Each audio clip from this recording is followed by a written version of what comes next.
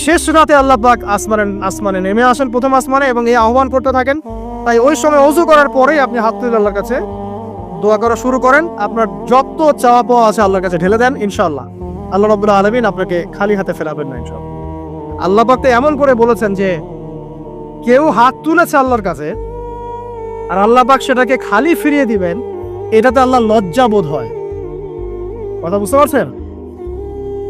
আমাদের যাদের অনেক সম্পদ আছে বা সামর্থ্য আছে এবং মন আছে বড়, তাদের কাছে যখন কেউ সাহায্য চায় আপনার খালি ফিরাতে লজ্জা লাগে না? আপনার মনে হয় না যে চাইলো এত করে কিভাবে না করে ফিরাই?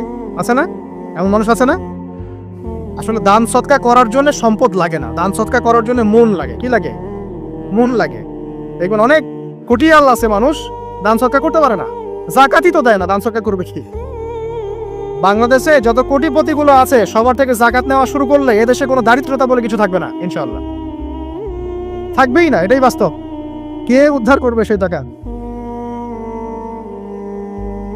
আসলে করবেন ইনশাআল্লাহ, ঈসা ইবনে মারিয়াম আসলে করবে ইনশাআল্লাহ। তখন কে জাকাত না দিয়ে পার পায় তাই দেখা যায়। একটা ব্যক্তি পাওয়া যাবে না জাকাত না দিয়ে পার পায়। অবশ্য তখন এমন একটা যুগ আসবে যে মানুষ জাকাতের টাকা নিয়ে ঘুরবে, কিন্তু নেওয়ার মতো মানুষ নাই, সবাই সচ্ছল। আল্লাহ পাক সেই সুদিন ফিরায় আনুক, আমিন।